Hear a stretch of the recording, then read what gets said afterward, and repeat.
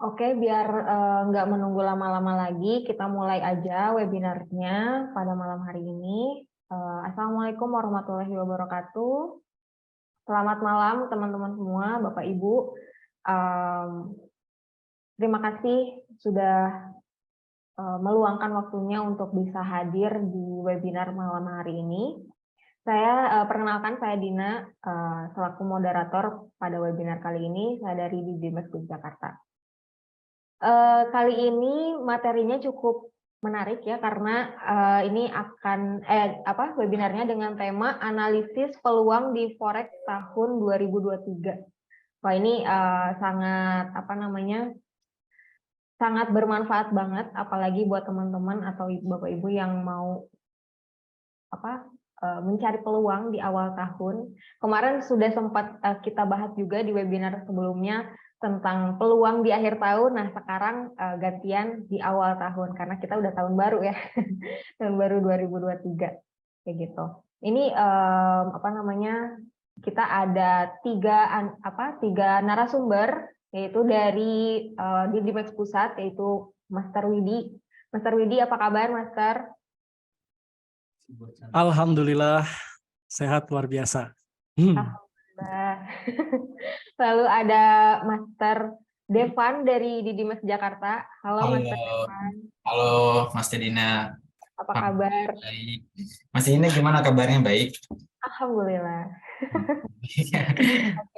Ada Master Randi juga. Halo, Master Randi, apa kabar? Halo Ibu Di. Dari Baik. Didimes Makassar nih ya. Ya. Lagi hujan Pak di sana? Hujan, Pak. Iya, kalau di sini hujan profit. Widih. Alhamdulillah. Alhamdulillah ya. Kayak gitu. Oke, nanti untuk narasumber dipersilakan waktunya 15 menit untuk menyampaikan materinya. Untuk Bapak Ibu semuanya yang ingin bertanya, silakan input pertanyaannya di kolom chat yang nanti kita bacakan setelah materinya selesai. Oke, nggak menunggu lama-lama lagi, kita langsung mulai aja ke Master Widi. Silakan Master Widi untuk menyampaikan materinya. Oke, terima kasih Bu Dina. Selamat malam teman semuanya. Salam sehat ya, salam sejahtera bagi kita semua. Semoga senantiasa kita diberikan kesehatan dan kelancaran selalu. Amin ya robbal alamin. Tentunya bertemu kembali ya di webinar malam ini. Senang sekali rasanya bisa bertemu kembali bersama teman-teman di sini. Seperti biasa ya, untuk kita bahas dunia yang tidak ada hentinya untuk kita bahas ke depan. Nah, tentunya sesuai dengan judul webinar malam ini, tadi ya, ini cukup lumayan berat juga sih sebenarnya untuk judul di webinar malam ini ya, analisis peluang di tahun 2023, gitu kan, yang dimana gitu kan kayak udah kayak dukun aja gitu kan ya. Enggak sih, kayak gitu kan, tentunya semuanya juga bisa dianalisis juga. Tapi ada beberapa data juga yang harus kita perhatikan juga, yang dimana The Fed sendiri pun gitu kan masih bisa dibilang masih meraba-raba, kayak gitu kan, untuk perkembangan dari ekonomi atau inflasi atau bahkan tentang suku bunga, terkait dari suku bunga juga tersebut, gitu kan, yang dimana masih masih dibilang mix juga kayak gitu kan untuk ke depannya. Jadi belum ada kepastian. Nah, tentunya ada beberapa analis juga ya yang saya kutip, itu salah satunya dari analis Saxo Bank. Mungkin teman-teman di sini sudah pada tahu juga ya, Saxo Bank merupakan liquidity provider di Dimex juga. Ya gitu. Nah, jadi ada beberapa tim analis juga yang saya baca juga ya di internet gitu kan, yang dimana beberapa black swan gitu kan, yang dimana artinya itu merupakan tahun 2023 ya bisa dibilang masih gelap kayak gitu. Jadi belum ada kepastian ekonomi untuk kedepannya. Tapi tentunya kita akan bahas beberapa mungkin untuk jangka pendeknya saja terlebih dahulu ya kayak gitu. Nah, mungkin di sini saya akan share PPT ya seperti biasa. Nah, ini non-farm employment change gitu ya. Mungkin teman-teman sebagian juga udah pada tahu juga ya, non-farm employment change ini atau non-farm payroll, NFP lah kayak gitu. Nah, yang dimana akan rilis dalam waktu dekat ini gitu kan, di minggu ini hari Jumat. Nah, kita akan bahas nih, mungkin sebagian teman-teman juga ada yang masih awam. Nah, kita akan bahas juga apa sih non-farm payroll ini kayak gitu kan. Nah, kita langsung aja ke slide berikutnya. Nah, di sini ada mengapa non-farm employment change perlu diperhatikan gitu kan. Jadi setiap awal bulan, setiap orang yang bertransaksi di pasar forex maupun komoditi akan memperhatikan data dari Amerika Serikat, yaitu non-farm employment change. Data ekonomi ini adalah salah satu data penting yang dapat mempengaruhi pergerakan pasar forex dan komoditi. Nah, data non-farm employment change ini dirilis pada Jumat pertama setiap bulan, kayak gitu. Jadi setiap awal bulan ya bisa dibilang kayak gitu ada rilis data non-farm employment change ini, kayak gitu. Jadi setiap bulannya itu ada satu kali sebulan lah bisa dibilang untuk rilis data non-farm employment change ini, kayak gitu. Yang dimana rilisnya itu Jumat pertama di setiap bulan. Kayak gitu, itu ya. Lalu slide berikutnya di sini ada dua data yang berkaitan dengan non-farm employment change, yaitu yang pertama, nah ini nih ADP non-farm employment change. ADP ini akan rilis malam ini ya, itu kan malam ini jam berapa ya tadi lupa lagi. Berapa jam? Nah di sini jam 8.15 ya, jam 8.15. Nah, mungkin sebagian teman-teman yang belum tahu ya, untuk ADP non-farm employment change ini adalah data perkiraan perubahan tenaga kerja di luar bidang pertanian dan pemerintahan.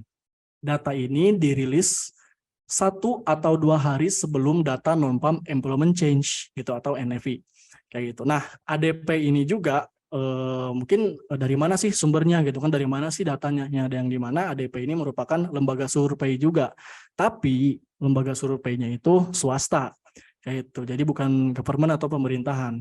Nah, disinilah perbedaan antara ADP dengan non-farm payroll atau NFI kayak gitu. Nah, tetapi biasanya data ADP non-farm employment change ini tidak terlalu menjadi fokus perhatian karena data ini hanya merupakan perkiraan saja kayak gitu. Di sini dibilang tadi ya tidak terlalu tidak menjadi fokus perhatian gitu kan, tapi tentunya tetap kita harus perhatikan juga kayak gitu. Karena bisa dibilang secara pengalaman saya ya di trading gitu kan, ADP ini bisa dibilang ya cerminan untuk nanti rilis data non-farm payroll-nya. Nah itu kan aslinya itu untuk data ketenagakerjaan itu di non-farm payroll gitu kan, itu rilis data aslinya kayak gitu. Tentunya ini ADP untuk rilis malam ini juga sangat berpengaruh untuk pergerakan market khususnya di malam ini ya tentunya kayak gitu. Nah mungkin nanti akan kita sedikit analisis juga ya untuk rilis data malam ini seperti apa kayak gitu. Nah mungkin di sini saya juga udah tampilkan ya untuk perkiraannya. Saya ambil sumber dari forexfactory.com kayak gitu kan. Di sini kita bisa lihat data sebelumnya atau previous-nya itu 127K ya, 127K, dan untuk forecast-nya atau prediksinya itu naik nih. Nah, ini naik ya. Naik ke 152K, 152.000 kayak gitu, yang dimana akan terjadinya peningkatan ya untuk data kerjaan ini. Nah, di sini juga bisa kita lihat ya usual effect-nya kayak gitu kan. Di sini tertulis actual greater than forecast is good for currency kayak gitu kan, yang jadi artinya apabila aktualnya itu nanti lebih besar daripada perkiraan gitu kan, itu bagus untuk mata uangnya gitu. Yang dimana di sini mata uangnya tentunya untuk mata uang USD seperti itu. Nah, jadi untuk secara sepintas ya untuk analisisnya untuk ADP malam ini itu akan diprediksi akan positif. Tentunya yang namanya prediksi itu nggak 100% bakalan akurat ya kayak gitu kan. Tentunya let's see what's gonna happen nanti untuk aktualnya sendiri di jam 8.15 seperti itu. Oke, kita lanjut ke slide berikutnya. Nah, ini yang kedua ya, yaitu non-farm employment change NFV. Ini yang paling penting banget kayak gitu kan. Jadi data ini merupakan perubahan jumlah tenaga kerja di luar bidang pertanian pada bulan sebelumnya. Nah, ini perbedaan antara ADP tadi dengan non-farm payroll yang sekarang. Kayak gitu kan. NFI ini sumber datanya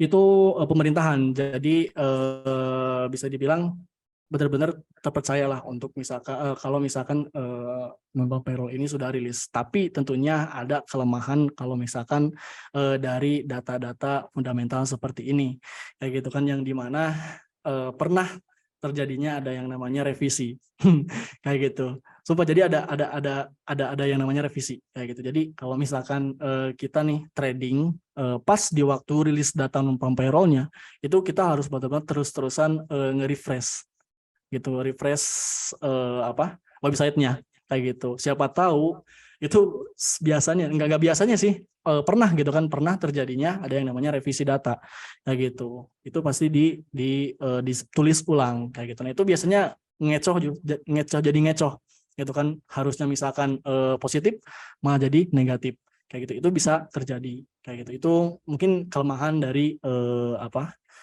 kita trading dengan rilis data kayak gitu kan, atau trading dengan news kayak gitu. Jadi kita harus benar-benar tetap ekstra hati-hati kalau misalkan kita trading berdasarkan news kayak gitu. Ya, itu mungkin sedikit ulasan dari non-farm employment change. Kalau misalkan ada yang bertanya untuk non-farm employment change nanti atau NFP nanti gimana Master gitu kan ya.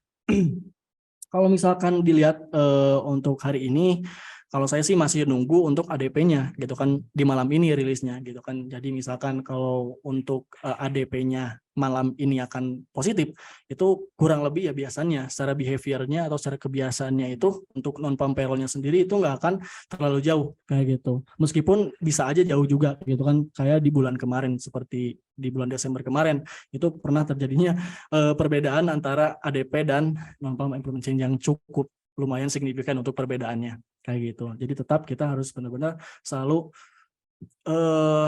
up to date kalau misalkan kita analisis untuk fundamentalnya sendiri kayak gitu kan.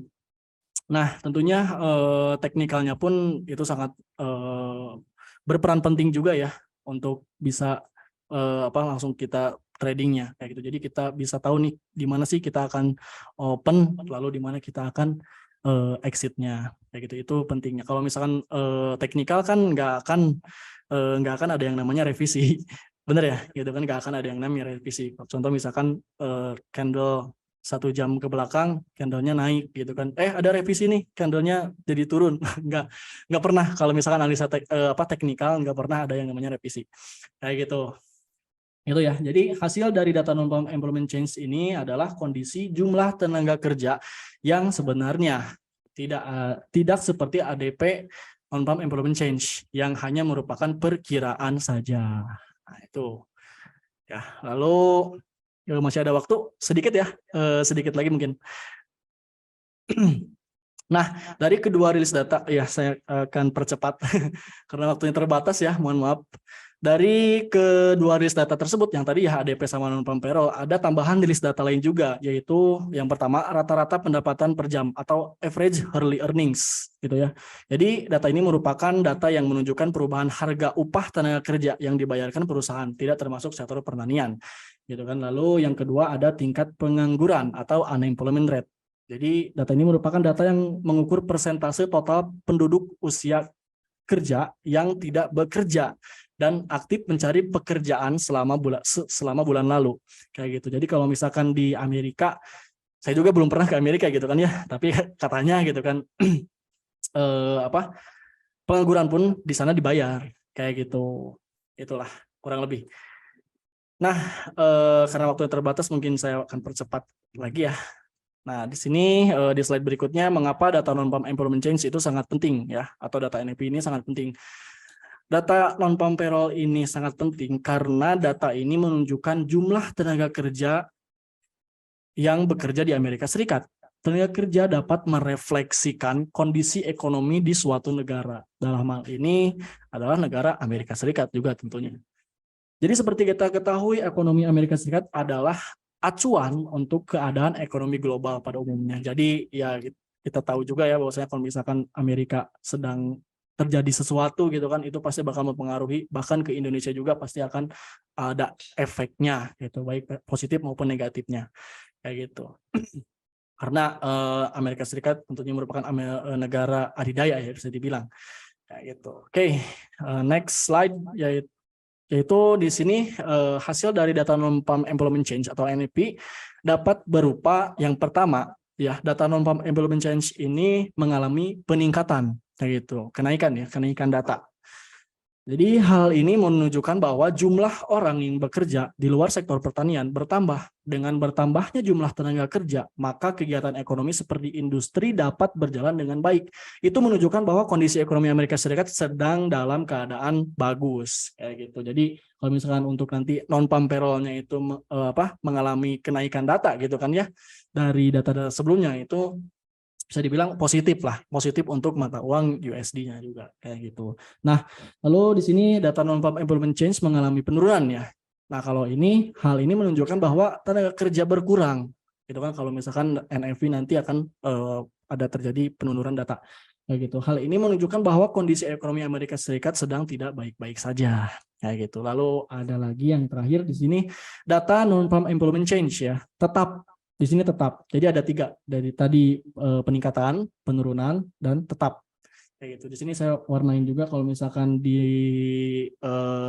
di website Karir Ekonomi biasanya kalau misalkan ada terjadi kenaikan untuk data positif ya biasanya itu warna hijau. Kalau misalkan bacanya itu gampangnya seperti itu. Kalau misalkan warna hijau angkanya itu berarti positif kayak gitu. Nah, begitu pun sebaliknya kalau misalkan negatif warna merah kayak gitu. Nah, kalau misalkan tetap warnanya apa? Warnanya hitam ya. Jadi tetap gitu kan dari data sebelumnya, rilis data sekarang dengan data sebelumnya itu tetap kayak gitu. Jadi nggak ada perubahan sama sekali. Nah, ini menunjukkan bahwa tidak ada perubahan jumlah tenaga kerja. Walaupun tidak ada perubahan, tetap menunjukkan bahwa ekonomi tetap baik-baik saja. Kalau misalkan data sebelumnya itu bagus kayak gitu. Jadi tergantung juga dari data sebelumnya kayak gitu ya. Ini ada typo ya sedikit. Mohon maaf. Oke. Slide. Nah, ini mungkin slide terakhir. Nah, di sini Amerika Serikat sebagai acuan kondisi ekonomi global, sehingga setiap data ekonomi yang dirilis dalam hal ini, non-farm payroll employment change, mempunyai dampak yang sangat signifikan terhadap sektor lain yang salah satunya adalah forex kayak gitu kan. Jadi mungkin teman-teman yang di saham pasti akan terjadi kena dampaknya juga kalau misalkan ada rilis dari data NFP ini kayak gitu. Bahkan yang teman-teman yang di kripto juga itu pasti kena dampak kayak gitu.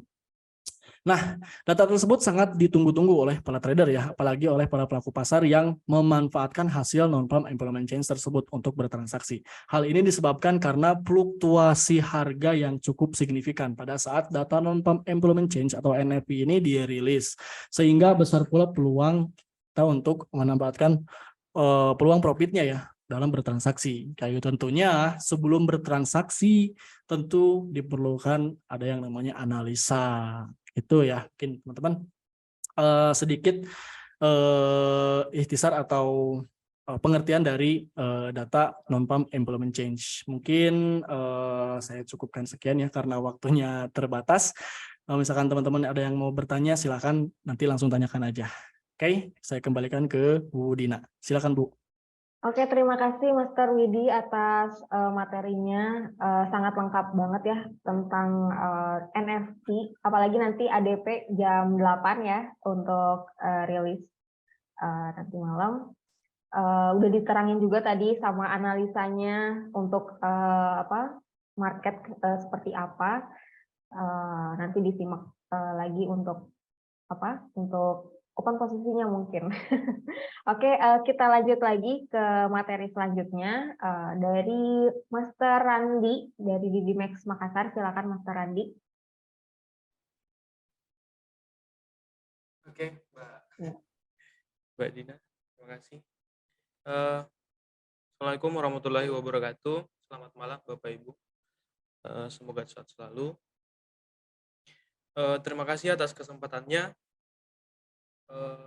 Tema kita malam ini analisis peluang di Forex tahun 2023.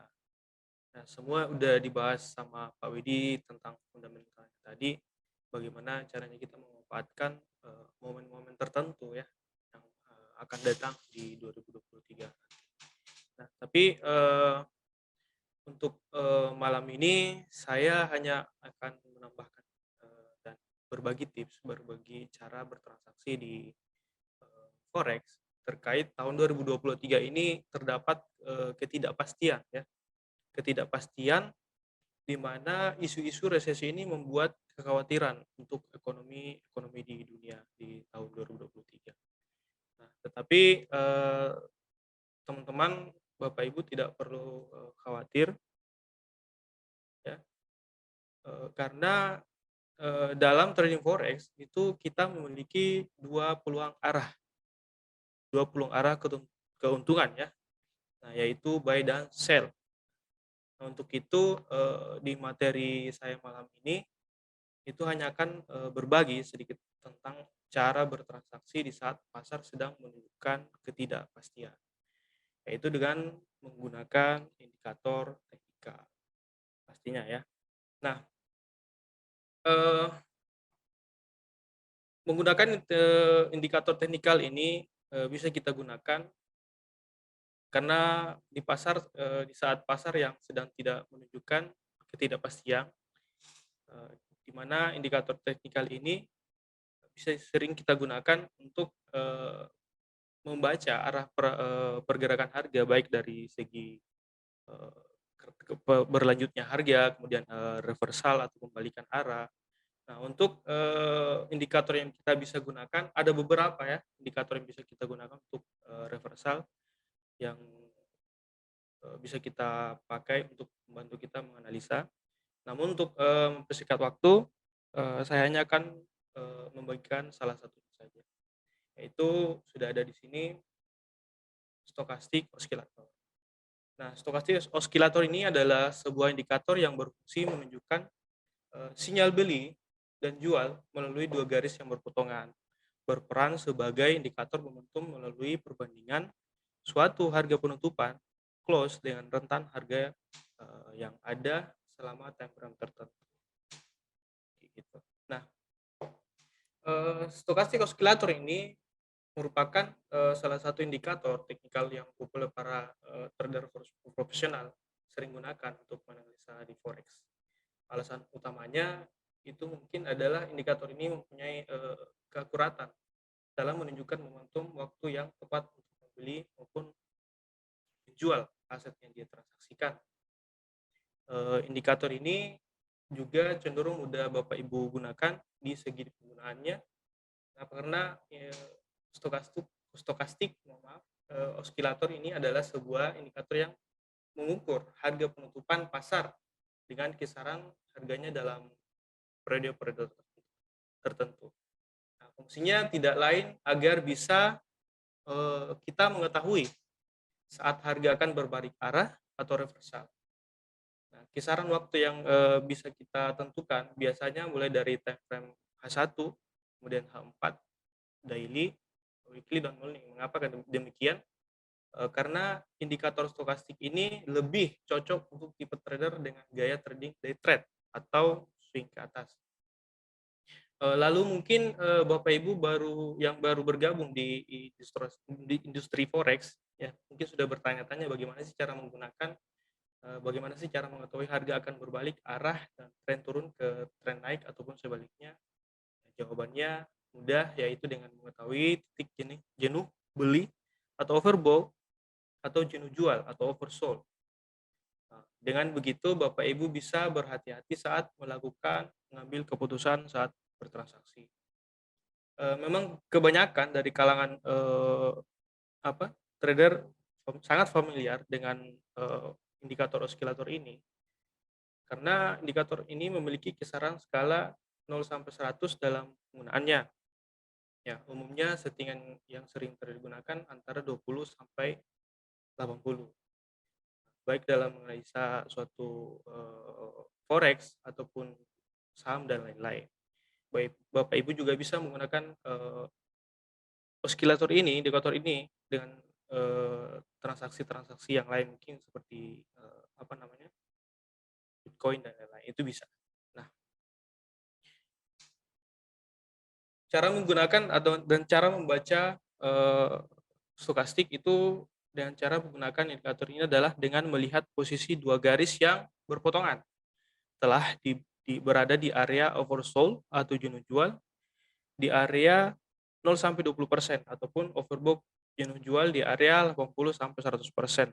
Nah, indikator stokastik ini mempunyai 3 area, yaitu area atas, tengah, dan bawah. Nah, pembagian ini berdasarkan skala 0 sampai 100. Area atas pada skala 80 sampai 100 ini adalah area jenuh, ya, jenuh beli atau overbought. Area tengah ada pada skala 20 sampai 80, biasa trader sebut neutral area. Nah, kemudian area terakhir yaitu area bawah pada skala 0 sampai 20, area jenuh atau area oversold. Sederhananya, stokastik ini bisa memberikan Bapak Ibu informasi apakah harga berada dalam kondisi jenuh beli atau jenuh jual. Nah, dalam penggunaannya, Bapak Ibu perlu tahu apa itu golden cross, dead cross. Nah, momentum untuk kita entry, di mana golden cross ini adalah persilangan kedua garis pada area oversold menuju ke arah atas. Ya, jadi dia menuju ke arah atas. Ini menunjukkan bahwa harga akan mengalami kenaikan. Nah, inilah momentum terbaik bagi Bapak Ibu untuk melakukan pembelian atau buy. Nah, sebaliknya ada yang namanya dead cross. Nah, di mana persilangan kedua garis pada area overbought itu menunjukkan arah ke bawah. Nah, ini menunjukkan bahwa harga akan mengalami penurunan. Hal ini bisa menjadi sinyal Bapak Ibu untuk mempertimbangkan untuk jual atau sell kayak gitu. Nah, kemudian untuk settingannya kita bisa menggunakan settingan dasar untuk di awal untuk Bapak Ibu para trader untuk bagi yang pemula. Ya, terdapat 2 settingan dasar yang umum trader gunakan, yaitu pada indikator stokastik. Yang pertama adalah area settingan slow stokastik, yaitu garis K14 dengan garis D3. Ya. Perlu Bapak Ibu ketahui bahwa garis K ini adalah garis di mana dia memprediksi harga rata-rata. Nah, jadi dia bisa memprediksi pembalikan arah. Kemudian garis D ini menjadi sinyal, ya, sinyal untuk dia sudah mau turun atau sudah mau naik. Sementara itu yang kedua adalah settingan phase stokastik, yaitu garis K dengan periode 5, garis D dengan periode 3, dengan smooth 3. Tentu kedua settingan ini mempunyai dasar yang berbeda, ya. Nah, phase stokastik mempunyai pergerakan K dan D yang lebih sensitif dan cenderung lebih cepat mengalami persilangan antara dua garis tersebut. Sedangkan slow stokastik lebih sedikit mengalami persilangan dua garis, gitu. Nah,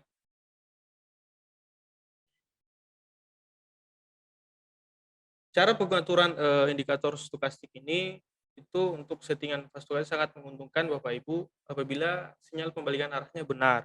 Nah, sebab hal ini bisa membantu Bapak Ibu berpotensi mendapatkan keuntungan yang lebih besar ataupun menghindari tren penurunan harga lebih awal.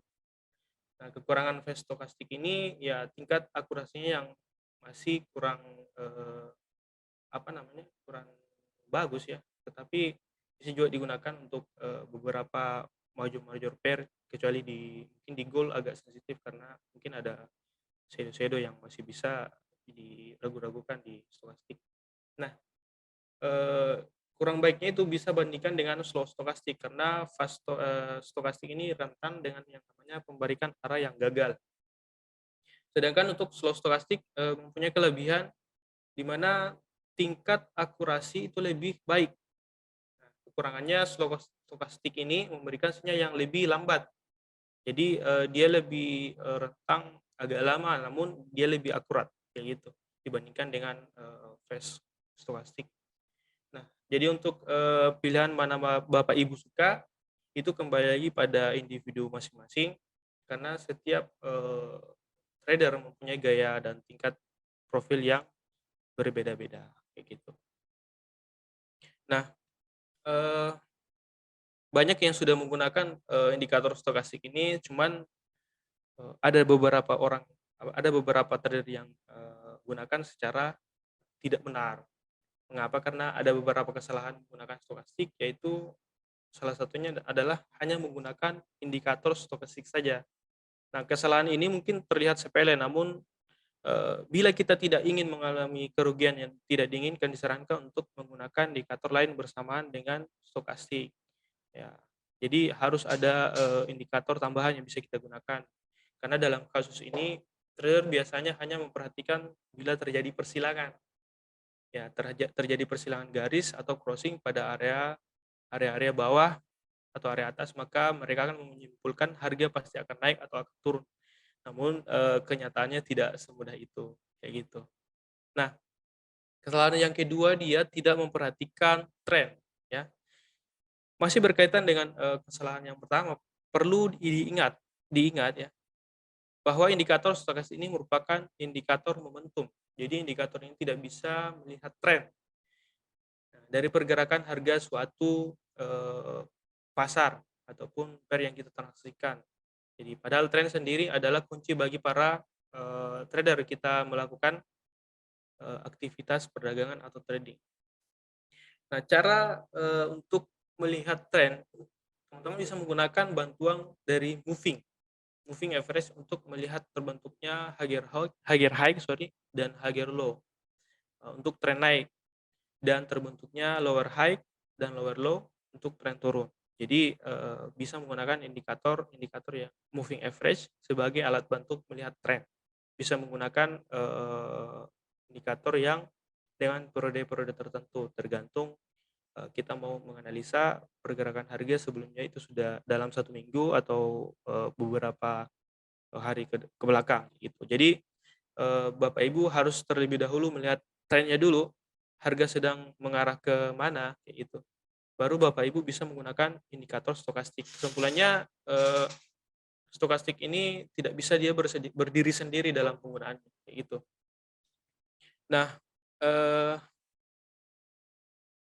itu dia penjelasan singkat dari saya mengenai analisis teknikal dengan menggunakan indikator stokastik.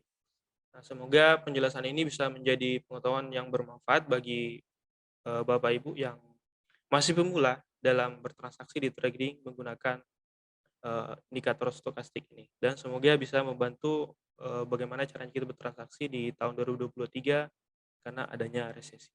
Sekian dari saya kembalikan ke moderator. Baik, terima kasih Master Randi atas materinya. Komplit juga ya, tadi udah dibahas sama Master Widi tentang fundamental, nah sama Master Randi tentang teknikalnya. Oke, untuk Bapak Ibu semuanya, teman-teman semuanya, yang mau bertanya silakan nanti di kolom chat untuk pertanyaannya. Setelah beres materinya nanti kita tanya jawab ya, ada sesi tanya jawabnya. Oke, lanjut lagi ke materi yang terakhir dari Master Devan. Silakan Master Devan. Ya, terima kasih Mas Dina. Assalamualaikum warahmatullahi wabarakatuh. Selamat malam sobat saya semua, Bapak Ibu. Semoga selalu dalam kesehatan walafiat, semoga selalu dalam keberkahan, rezeki yang berlimpah. Amin, amin ya rabbal alamin. Ya, mungkin sama seperti dibilang sama Master Widi, ini judulnya sangat berat karena di sini analisis forex tahun 2023. Berarti sebenarnya di sini mencakup untuk 1 tahun dong, kalau misalkan 2023. Nah, mungkin di sini saya akan membahas sedikit tentang fundamental yang akan terjadi di judul saat ini, yaitu analisis peluang forex tahun 2023 buatan saya pribadi. Yang pertama itu di sini saya pembahasannya ada resesi, ada peperangan Rusia dan Ukraina yang berkelanjutan, peluang keuntungan tanpa batas, dan base education forex. Nah, di 3-4 ini sengaja saya bedain biar kita fokus sama 1-2 ini. Cukup sedikit aja, yang penting kita bisa masuk pembelajaran untuk materi yang saya buat ini. Yang pertama itu resesi. Nah, resesi ini adalah resesi global, merupakan penurunan ekonomi yang berkepanjangan di seluruh dunia. Resesi global ini bisa disebabkan oleh hubungan perdagangan dan sistem keuangan internasional. Nah, jadi kayak contohnya dari inflasi dan juga kenaikan suku bunga itu bisa membuat yang namanya resesi global. Nah, resesi itu dampaknya contohnya kita bisa lihat di tahun 2008 ya. Sebenarnya resesi ini kalau misalkan kita lihat lagi ke belakang, di tahun 1980-an selalu, ini saya menggunakan per XAU USD, di tahun 2008 ketika ada krisis juga di resesi, itu harga emas mengalami kenaikan.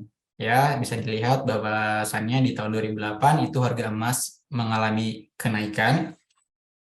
Dan di tahun 2020, di resesi 2020 ini bisa juga dibilang dengan Great Lockdown, yang dimana juga dia mengalami kenaikan. Nah, di resesi sekarang, di tahun 2023, itu probabilitasnya menurut saya pun ini masih bisa naik. Tuh, cuma naiknya nggak tahu sampai kapan, sampai berapa, tapi menurut saya ini masih bisa potensi untuk sampai 1877-an untuk saat ini. Dan kalau misalkan nanti di step kedua perangan ini berlanjut, ini bisa terbang lagi jauh. Jadi gitu. Jadi memang ada yang mengatakan bahwasannya resesi ini emas akan turun karena memang namanya resesi, mungkin orang-orang bakal mengambil dolar daripada gold. Cuman kalau saya pribadi, menurut saya, secara saya lihat dari data sebelumnya, yang dimana emas ini adalah sumber daya alam yang tidak bisa diperbarui, yang dimana setiap tahunnya mungkin atau setiap 2-3 tahun emas ini akan mengalami yang namanya kenaikan gitu. Kita boleh dilihat aja dari tahun 1980, 2008, 2020 itu mengalami kenaikan setiap resesi atau di krisis moneter juga sama. Emas ini dia tahan gitu, tahan banting lah biasanya disebut. Nah, kedua, peperangan Rusia dan Ukraina yang berkelanjutan. Ya, pastinya Bapak Ibu semua sudah tahu di bulan Februari kemarin di tahun 2022, kalau nggak salah bulan Februari, itu Rusia yang bom Ukraina yang mengakibatkan emas terbang tinggi jauh sampai ke 2075. Dan ini masih berkelanjutan sampai sekarang, bahwa kemarin aja 30 menit sebelum tahun 2023, ini Ukraina udah ngebales serangan ke Rusia di Mekki kalau nggak salah, pokoknya itu nama daerah mereka, yang mengakibatkan beberapa tentara di Rusia itu ada yang meninggal. Dan di situ pun Putin mengatakan bahwasannya ini adalah perang masa depan. Nah, kita nggak tahu nih apa yang akan terjadi sama emas ini. Ini kita di per XAUUSD ya. Oke, ini yang tadi saya bilang ya, sorry, peperangan dan Ukraina yang berkelanjutan, pembahasannya yang tadi yang sudah saya sampaikan. Ini peluang keuntungan tanpa batas. Nah, kenapa dari 1 dan 2 ini berbeda dengan 3 dan 4? Sebetulnya menurut saya di analisis Forex 2023, atau sebenarnya bisa dibilang di futures ini, mau dia bertanya kemanapun, mau itu bertanya baik untuk emas, mau bertanya itu baik untuk dolar, mau bertanya itu baik untuk apapun atau buruk untuk apapun, menurut saya ketika kita sudah mengetahui ilmunya, ketika kita sudah mengetahui bertanya seperti apa, untuk di future sendiri kita bisa mencari peluang keuntungan gitu. Makanya saya bilang peluang keuntungan tanpa batas.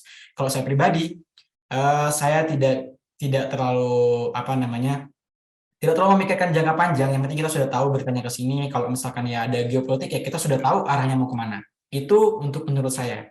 Dan terakhir, saya nggak pernah panjang kali lebar, Best Education Forex, teknikal dan fundamental. Jadi untuk Bapak Ibu yang sudah masuk di DDMax, menurut saya Bapak Ibu adalah investor yang beruntung. Kenapa? Karena kita menjadi the Best Education Forex, tentang dari teknikalnya maupun fundamentalnya. Dari teknikalnya kita banyak jago-jago teknikal, baik itu Master Sonson, ada Master Widi, ada tadi Mas Dina, ada banyak banget di mentor-mentor Jakarta atau mentor-mentor Bandung atau mentor-mentor Jogja, mentor Makassar, mentor Pekanbaru, semuanya banyak mentor-mentor hebat dari teknikal maupun fundamental. Semuanya banyak. Jadi menurut saya dari kesimpulan semua dari analisa PPT saya ini, mau dia berita kemanapun, dari analisis forex ini untuk di DDMax kita bisa hajar profit sebanyak-banyaknya. Terima kasih, enjoy your trading. Itu aja yang saya sampaikan. Tadi kita sudah bisa merangkum semuanya dari Master Widi tentang NFP, non-farm payroll, yang dimana non-farm payroll adalah pembayaran gaji di sektor pertanian, dan sudah dijelaskan secara detail oleh Master Widi, dan juga tentang stochastic oscillator. Ada yang menggunakan dari 1413, ada kalau saya 533, itu tergantung dari setiap trader menggunakan metodenya masing-masing. Dan untuk saya ini, saya memang agak sedikit berbeda. Saya lebih ke mungkin untuk jenjang panjangnya, jangka panjangnya. Kenapa? Karena dari judulnya adalah analisis 2023. Makanya benar seperti Mas Tri dibilang ini agak berat gitu. Jadi saya menyesuaikan bahwasannya di tahun sekarang ini menurut saya suatu peluang yang gemilang untuk emas. Kenapa? Tadi ada tentang resesi, juga ada tentang peperangan yang berkelanjutan. Itu dua aja menurut saya impact untuk emas juga cukup bisa untuk kita mencari peluang keuntungan tanpa batas gitu. Ditambah lagi dengan The Best Education Forex di DDMax ini yang akan membuat Bapak Ibu lebih gampang untuk mencari ilmu untuk melihat gimana perkembangan di dunia ini. Itu poinnya. Oke, terima kasih. Itu aja Mas Dina. Semoga Bapak Ibu semua bermanfaat dan mengerti apa yang saya sampaikan. Saya tutup. Assalamualaikum warahmatullahi wabarakatuh. Silakan kembali. Waalaikumsalam warahmatullahi wabarakatuh. Terima kasih Master Devan atas materinya, lengkap ya, tadi udah dilengkapin sama Master Devan soal fundamentalnya juga. Oke, buat Bapak Ibu yang lainnya silahkan yang mau bertanya. Sorry, Mas Dina. Itu saya ternyata nggak pasang share screen-nya. Jadi nanti Oh kalau iya. poinnya minta kirim ke saya aja ya. Oke. Iya. Pantesan. Buat Bapak Ibu yang mau bertanya silakan di kolom chat ya. Yuk. Ini tadi materinya daging banget, dari fundamental sampai teknikal semuanya lengkap ya. Untuk Bapak Ibu yang udah nyimak silakan, kalau misalkan masih bingung atau pengen ada yang mau ditanyain silakan di kolom chat. Oke, dari Mbak Natasha, apakah ada peluang OP malam ini? Oke, peluang OP Master Widi silahkan.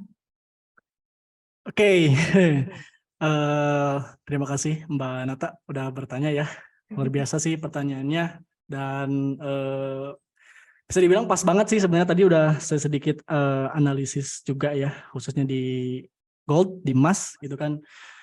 Kita bisa manfaatin peluang profit paling kita bisa ambil dikit dulu sih, bisa ambil bearish korektifnya gitu kan ya. Coba saya share screen dulu. Oke. Nah, ini ya, saya buka time frame H1 di gold. Saya pakai moving average juga. Moving average saya di 1334 eksponensial gitu ya. Bisa dibilang ini di H1 khususnya ya. Tadi sih sebenarnya kita udah panen profit juga ya di DEC juga. Mungkin Mbak Nata juga tahu ya. Alhamdulillah kita udah panen profit juga.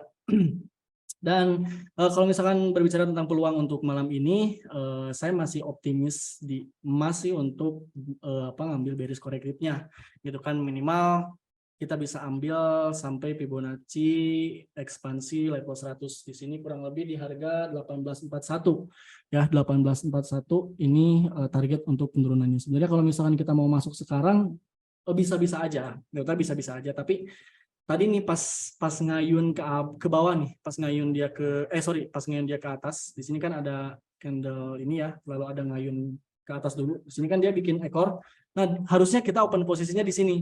Pas banget kalau misalkan di sini kita bisa hold untuk sampai efek sekarang. Tapi kalau misalkan untuk sekarang di harga di 1845 gitu kan, karena candlenya udah kayak gini juga terlalu maksain juga sih sebenarnya kayak gitu. Kecuali kalau misalkan Bapak Ibu berani dengan resikonya, silakan aja gitu. Mungkin saya gambarkan dulu untuk panahnya. Nah, kurang lebih kita bisa ambil berapa pip ya, coba kita ukur. Contoh misalkan kita ambil dari 1845 aja ke 1841, 4 poin. 4 poin terlalu pendek sih kalau menurut saya ya gitu kan, terlalu pendek. Dan kalau misalkan kita ukur risk reward rasionya juga, ini kayaknya nggak masuk deh. Nah, kalau misalkan untuk stop loss-nya ini mau nggak mau harus di area 1852, 1853 deh, 1853. Kenapa? Karena 1850 ya, 1850 ini bisa dibilang masih jadi titik kunci. Kayak gitu, titik kunci. Kalau misalkan nanti berhasil di breakout-in lagi, itu bisa dia lanjut lagi untuk trennya. Nah, kalau misalkan berdasarkan tren, tentunya setuju ya sama teman-teman tadi, itu untuk XAUUSD trennya masih uptrend juga kayak gitu kan, yang dimana tentunya kalau misalkan di forex sendiri atau di futures kita bisa manfaatin untuk bearish korektifnya juga kayak gitu. Jadi kita bisa ambil posisi sell-nya sementara untuk short sell-nya untuk pendek kayak gitu. Nah, target saya sih untuk malam ini ya di XAUUSD, kalau misalkan Bapak Ibu yang mau open gitu kan. Kalau misalnya di harga sekarang, tentunya saya nggak rekomendasi, nggak terlalu ngerekomendasiin sih kayak gitu. Khawatirnya tadi gitu kan, kalau misalkan kena stop loss gitu kan, itu terlalu jauh, jadi nggak masuk di risk reward rasionya kayak gitu. Money management pasti nggak akan masuk kayak gitu. Jadi telat sih. Kalau misalkan di yang lain tadi sempat saya analisis juga di GBP-JPY ya. Di GBP-JPY ini menarik sih sebenarnya, cukup menarik juga, yang dimana tentunya ada korelasi juga dengan emas ya. Kalau misalkan per yen itu biasanya ada korelasi dengan emas kayak gitu. Nah, kalau misalkan emasnya dia turun, masa dia ada penurunan, itu biasanya ke yen di USD-JPY maupun di GBP-JPY itu biasanya ada terjadi kenaikan kayak gitu. Nah, kalau misalkan untuk GBP-JPY sebenarnya sih ini bisa sih ya, masih bisa. Tapi coba kita ukur lagi ya. Tadi saya ukur sih agak cukup lumayan jauh juga untuk exit loss-nya. Nah, kurang lebih di 80 pip gitu kan untuk stop loss. Take profit pendeknya bisa di 80 pip juga sih bisa ya. 75 pip lah, 75 pip ini bisa untuk di GBP-JPY. Kalau misalkan mau kita manfaatin peluangnya. Coba ya, di bawah sini aja berapa nih? Di bawah sini ke sini 82 ya. Kayak gitu. Coba saya tambahin lagi moving average-nya.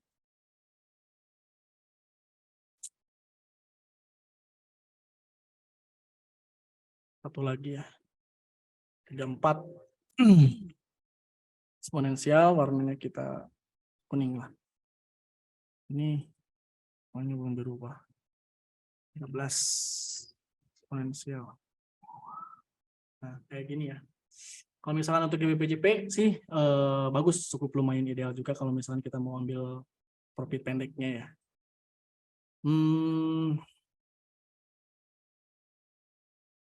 Boleh deh ya untuk rekomendasi signalnya di GBP-JPY.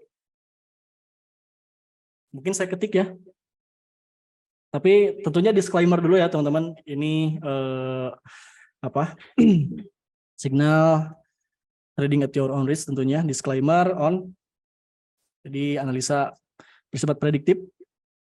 Jadi saya mau pakai 0,1 aja by GBP USD, by GBP JPY ya.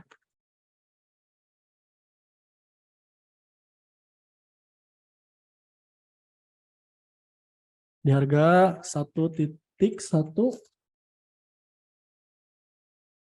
159.2, sorry 2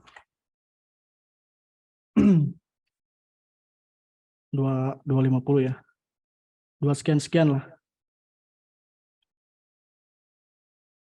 Stop loss-nya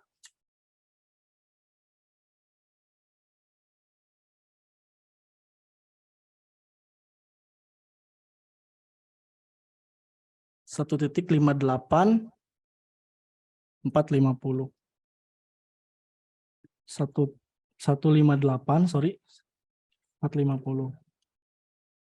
PP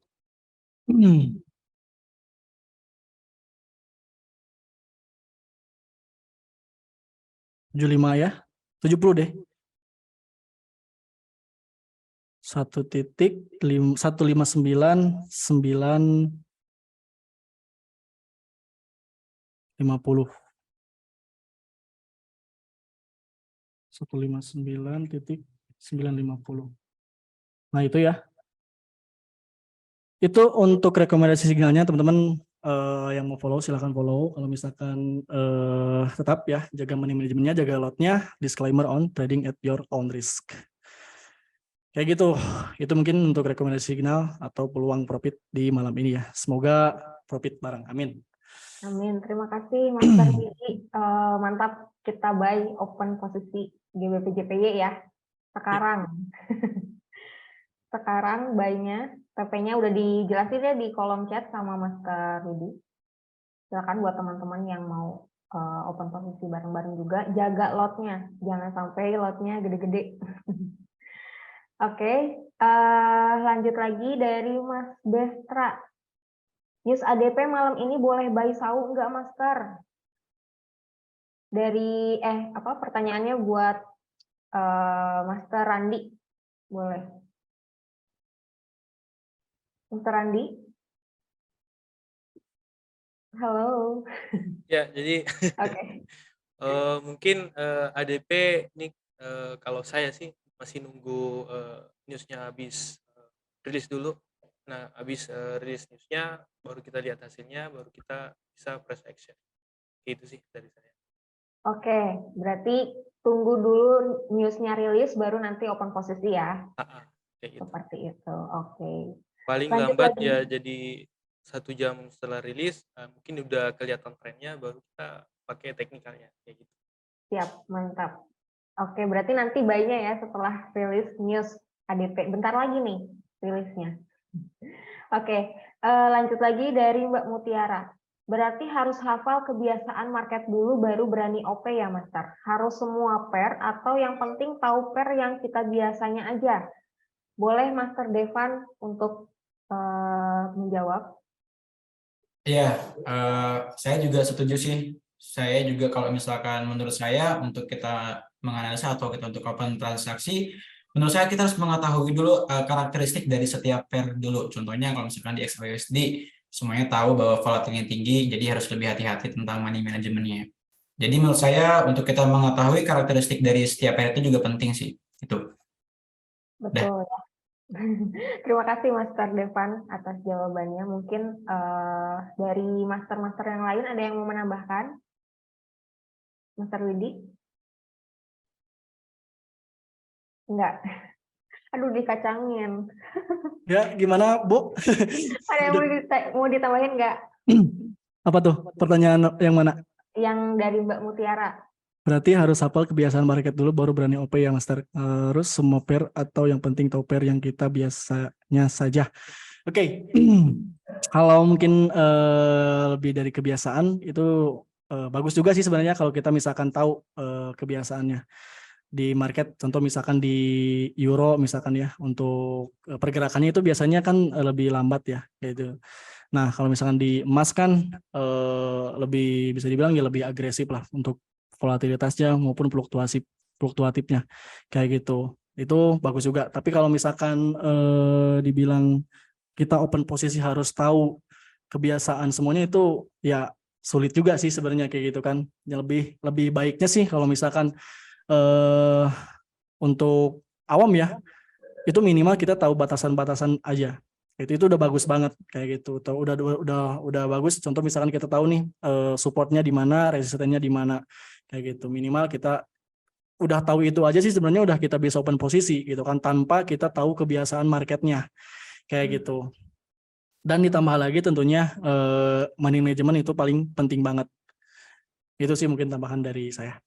Oke, berarti korelasi itu masih berlaku nggak sih, Master, untuk trading di... Masih ya, masih kecuali kalau misalkan ada anomali gitu kan. Kalau misalkan ada anomali, contoh misalkan anomalinya itu kayak waktu pas awal-awal eskalasi Rusia dan Ukraina, itu anomali banget kayak itu kan. Kenapa bisa dibilang anomali? Karena kalau misalkan korelasi USDJP sama XAUUSD, USDJP-nya naik gitu kan, XAUUSD juga ikut naik. Nah itu korelasinya jadi nggak masuk kayak gitu. Jadi nggak semuanya juga, atau nggak pasti gitu kan, nggak pasti itu bakal terjadi korelasi juga kayak gitu. Tetap kita harus benar-benar perhatikan dari segi teknikal dan fundamentalnya juga kayak gitu. Berarti fundamental juga sedikit banyaknya ngaruh juga ya, Master, Betul.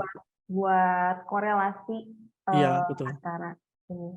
Ya kalau misalkan dari fundamentalnya sendiri kan sebenarnya make sense gitu kan, masuk akal. Kenapa? Karena tentunya para pelaku pasar itu milih aset safe haven kayak gitu, yang dimana kan USD juga itu merupakan aset safe haven juga kayak gitu, di luar emas juga kayak gitu. Ya kadang kan kalau lagi fundamentalnya lagi news gitu kan, misalkan GBP USD-nya turun, tahu naik sendiri gitu kan. Iya. Itu anomali gitu. Oke. Lanjut lagi, makasih Master atas tambahannya sama jawabannya. Dari Mas Jeff, izin tanya, pengaruh ADP sekarang kira-kira apa ya? Master Devan boleh menambahkan.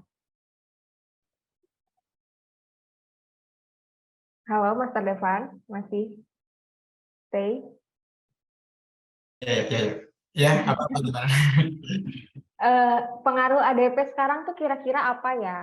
Ya, secara prediksinya Hmm, itu bagus untuk emas secara prediksinya. Jadi ya pasti ada pengaruhnya. Mungkin emas bisa naik. Cuman kalau saya belum ambil posisi, tapi ada pasang pending order di 37. Gitu. Jadi pengaruhnya tetap ada dan prediksinya kita lihat itu memang prediksinya bagus untuk emas. Oke. Itu ya Pak Jeff. Berarti bisa pending order by limit berarti ya Iya, di 37. 37, sorry. Ya. Cuma lebih enak lagi sih main di area-area gap-nya aja gitu. Oke. Ya. Oke, terima kasih Master Devan atas jawabannya. Semoga Mas Jeff jelas ya untuk jawabannya. Buat Bapak Ibu yang lainnya ada yang mau bertanya lagi, silahkan sebelum kita tutup. Ayo, ada lagi yang mau bertanya? Silahkan. Kalau misalkan nggak ada, kita cukupkan sampai di sini untuk webinarnya. Terima kasih untuk Bapak Ibu yang sudah join pada malam hari ini. Semoga ilmunya bermanfaat dan terima kasih juga untuk para master atas materinya. Sangat luar biasa, sangat bermanfaat sekali ya, apalagi bentar lagi ada news, terus ditambah teknikalnya juga, wah lengkap banget, paket komplit ya. Oke, sampai di sini dulu mungkin untuk webinarnya. Terima kasih atas waktunya dan mohon maaf kalau misalkan ada salah. Wassalamualaikum warahmatullahi wabarakatuh. Selamat malam teman-teman semua, Bapak Ibu. Waalaikumsalam.